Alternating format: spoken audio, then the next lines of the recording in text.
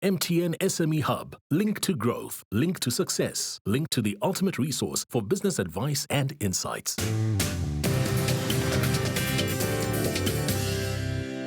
Welcome back to the Big Small Business Show. In studio with us today, we've got George Diab. He's the founder and CEO of Gas Accounting, and we're talking about the medical industry.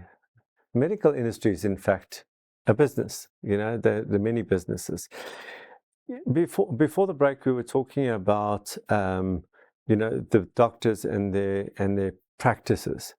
But within the practice, they might have a nurse, a receptionist, an assistant, etc. It's not just one person, often in the doctor's rooms. So if you're running as a sole prop and an ink, is it the same as a PTY where you would just in that sole prop have your expenses as in salaries? It'll just be as a normal business. Yeah. So Allon, that's exactly how it operates. So whatever deductions from a tax perspective that you get in a PTY, you get the same tax deductions within an incorporated or even a sole proprietor.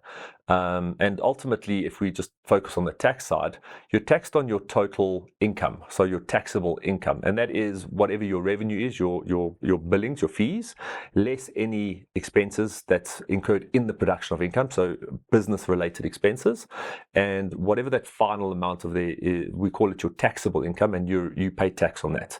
So it's exactly the same as it would be in a normal business.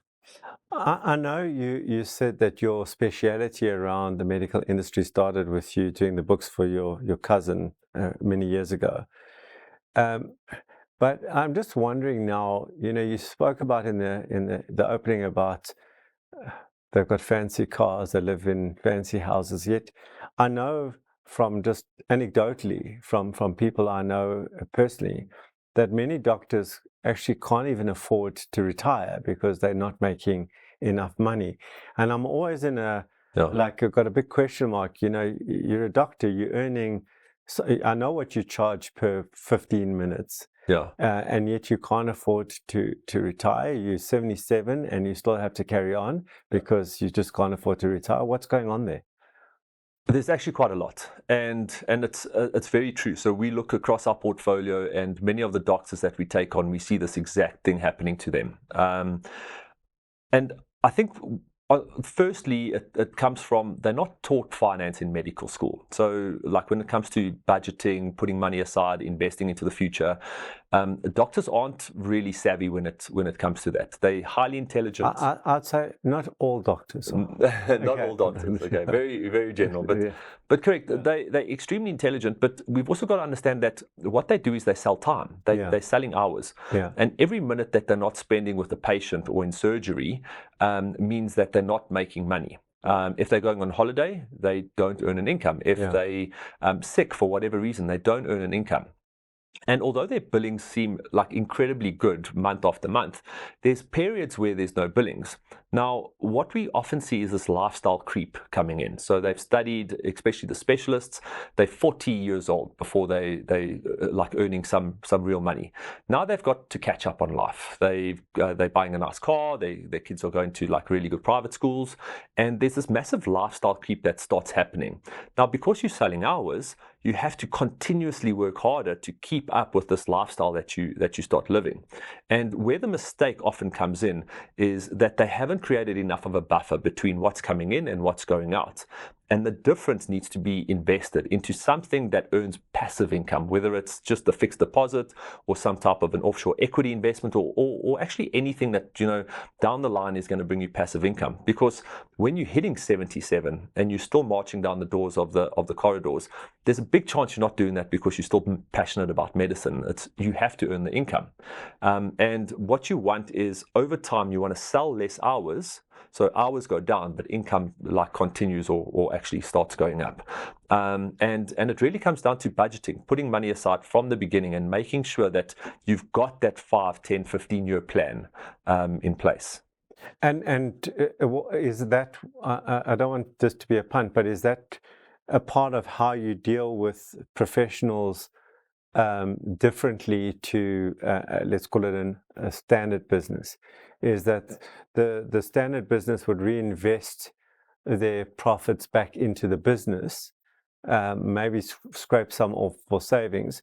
Yeah. But in the medical industry, it's about deliberately putting that away because you've got nothing to sell at the end.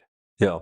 So typically you may have something to sell, but you've got to build it out. You've got to build your practice in a sellable way so that whoever comes and takes over from you has an asset that they can purchase. What is that asset? Because is it that Dr. A retires, sells his or her practice, and then they sell it on what basis? Because won't there be churn, people saying, I only want to see Dr. A? It's real estate. There's only so much place in a hospital, and what you're essentially selling is that room in the hospital. Okay. So if you've got in over there, and it's a really good hospital with high feet and good occupancy levels, then chances are you're going to have a really, really well supported practice. Even if you are the new doctor buying that practice? Even if you're the new doctor. So there's a handover period, and chances are, if some patients rather want to see someone else, they'll go. But if you're in a really high value area, the patients are going to go to where it's most convenient for them, majority of the time. And you get that constant foot traffic. Is there a difference between, for example, the dental industry versus the normal GP in terms of how you think about this? Because I recently went to the dentist, and looking at the equipment, I had X-rays done, and it was all fancy X-ray machines which I hadn't seen before. So those must cost a huge amount. The chair, the lighting, the whole thing, versus a doctor which says up and wide. Yes, absolutely. There's some of the specialities where it's more capital intensive to get started. And you'd often find, like with a dentist, they would need to take out some type of a loan up front in order to get their practice started. Also, then when they're selling their practice, they might be selling assets as well. As part of that, but it really depends on who's coming in. So if you've got a new or a young practitioner coming in, and an older practitioner exiting, maybe the newer practitioner wants to work with, newer equipment. And the pharmaceuticals and the medical equipment companies are always finding deals to get their new equipment into practices. So I'm not too sure exactly what that asset value is like. You do a calculation towards the end if you're selling.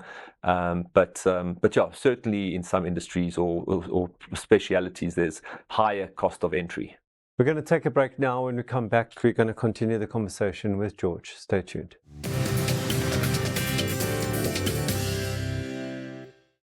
MTN SME Hub, link to business success.